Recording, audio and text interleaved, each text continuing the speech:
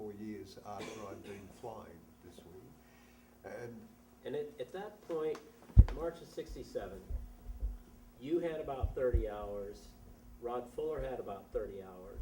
Roughly. And you want to really think about what your first hour flight was like. And if you encountered another pilot and you knew that he had flown, but he said he only had like 5 one-minute flights, or he had some training hill flights, or you meet another guy that says, oh yeah, I've had a couple of hour flights, or I've had a couple of 20-minute flights, you start to understand what that really means. As a pilot, you know that that means he knows how to drive. He's a competent pilot.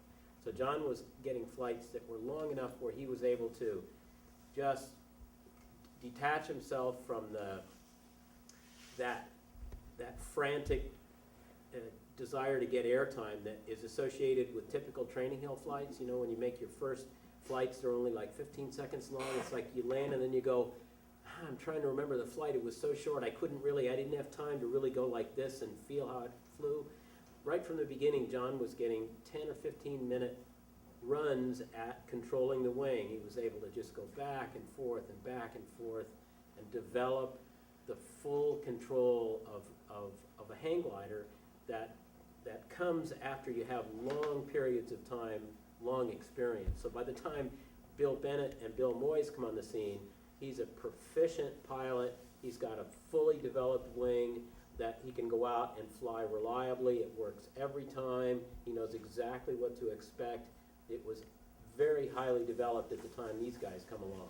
Would you excuse me? I just have to visit the toilet. Control bar onto the wing. And Bennett, didn't he just add a triangle to the wing? And why is that wrong? And it's an incorrect characterization for a number of reasons, not least which, what wing did he put a triangle on? What wing? One of these? How do you put the triangle on? I mean, it's easy to say that, but how do you put that on? And of course, John was not aware of these devices entirely. If you were to just take any one of these wings and add a triangle, that doesn't turn it into a hang glider. John created the entire airframe completely independent of NASA. Not only the triangle, the bracing, the 6 wires that brace it, and if you look at what NASA did, and they stuck with this over and over again, they use a different way of bracing the crossbar, an entirely different way of bracing the crossbar. Also, there's nothing about this that reflects how do you operate it, how do you control it, in what way are you attached to the wing, how do you get it moving, how do you fly it, how do you control it once you're airborne. If I may continue, we'll get on to that in a minute.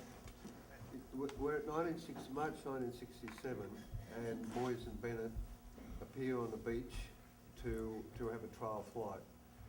The process, as far as I was concerned, was this. I didn't want anybody hurt in this machine. I considered it to be safe enough to put your grandma in and fly it. The last thing I really needed was a couple of daredevils, and I had some suspicions when Bill Moyes insisted he was going to fly it up the middle of Sydney Harbour on his trial flight.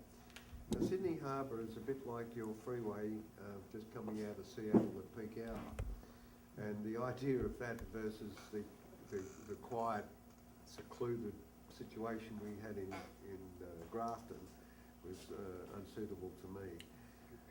We met up at a place called Jack's Ski Gardens, and a boat was provided.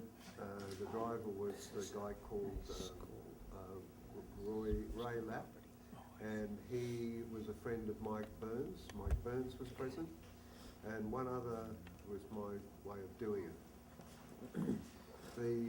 So that they had a full idea of how the wing would fly and the operating principles to foot launch onto a water ski and then take to the air. The instructions that were given were that you will do exactly as I shall do, and so I flew it, jump start into the air, 2 or 3 circles around the wide part of the rivet, came back down again and released as I